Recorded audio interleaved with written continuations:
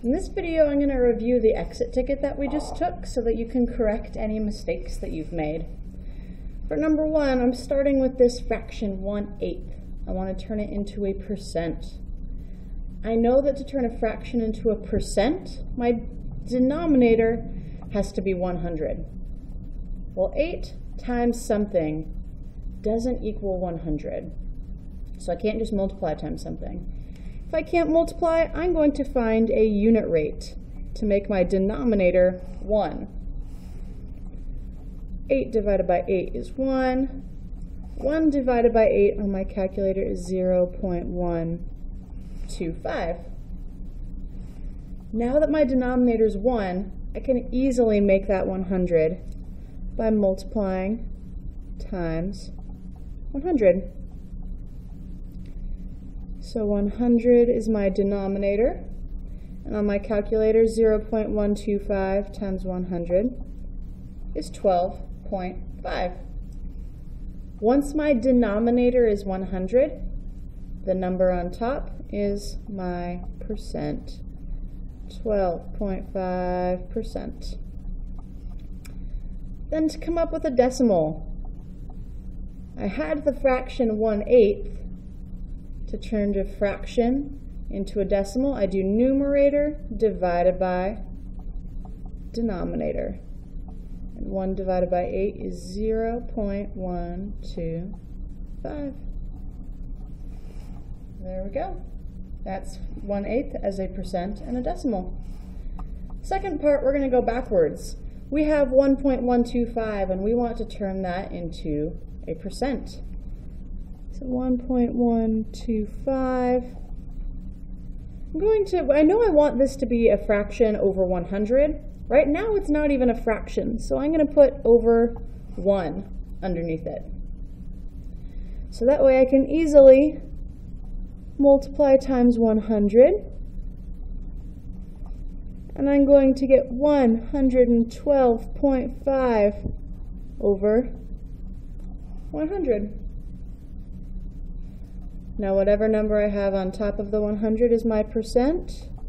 So I have 112.5%. And moving over again to the fraction. Right now I already have a fraction here, 112.5 over 100. 112.5 over 100. For now, we're just going to leave it like that. There are times where we'll want to get rid of the decimal, but for this exit ticket, it was okay to leave your fraction like that. And the last one, 36%. If I want to change a percent into a fraction, super simple. All I got to do is take that percent and put it over 100. So 36 over 100. Now to make it a decimal, I can take that 36 over 100 and do numerator divided by denominator. 36 divided by 100, which equals 0.36. And those are the solutions to number one. Number two says, what is 125% of 14? Now for these problems, I always start out with my tape diagram, and 0% and 100%. Now I'm going to check my tape diagram to see, are there any other percents in here? Well, yeah, I've got 125%. Since it's a percent, it needs to go on the bottom with the other percents. And since it's bigger than 100, I need to extend that line so that I can put 125% to the right of 100%. After my percents, I'm going to look to see for my whole. What is my whole in this situation? Now the whole comes after the word of, so in this case my whole is 14. The whole always goes with 100%. Because if you got a whole test correct, you would get 100% on that test. And I do not know what 125% is. So I'm going to put an X. Now I'm going to make my proportion. 14 over 100 equals x over 25. You also could have done 14 over x equals 100 over 125. We'll cross multiply here. 100 times x is 100x. 14 times 25 is 1,750. Now I'm always going to divide both sides by the number that's next to the x, because I want to get rid of that 100. And I know 100 divided by 100 is just 1x. The other side divided by 100 is 17.5. And so I'm going to check to see if my answer is reasonable. Should our x be greater than 14? Yeah, it should. It's to the right, and it's 125%, so I think my answer should be getting bigger, 17.5. All right, and the last question. It says, on a recent survey, 60% of those surveyed indicated that they preferred walking to running. If 540 people preferred walking, how many were surveyed? All ready to start? I need my tape diagram here. 0%, 100%, and now I'm looking to see if I have any other percents in here. Got a 60.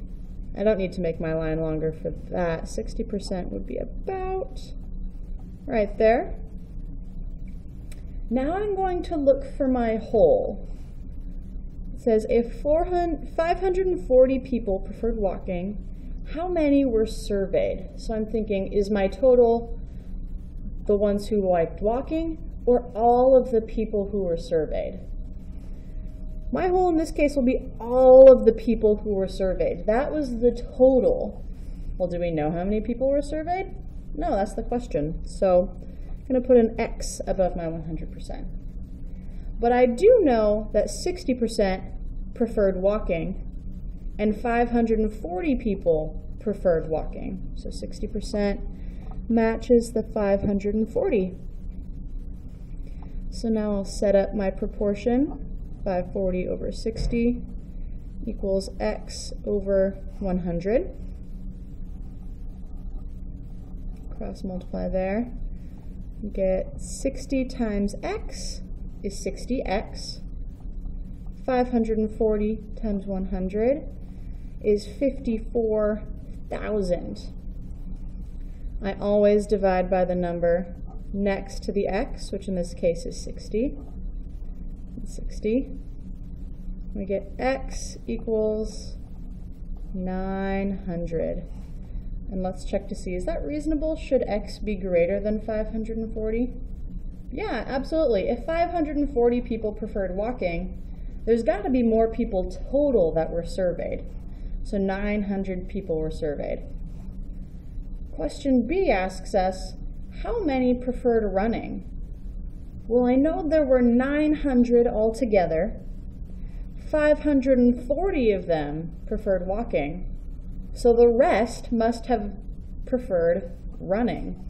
So here I'm going to do 900 minus 540, because those were the ones who preferred walking. And so the total should give me those that preferred running. So 900 minus 540 is 360 people. And that concludes the exit ticket.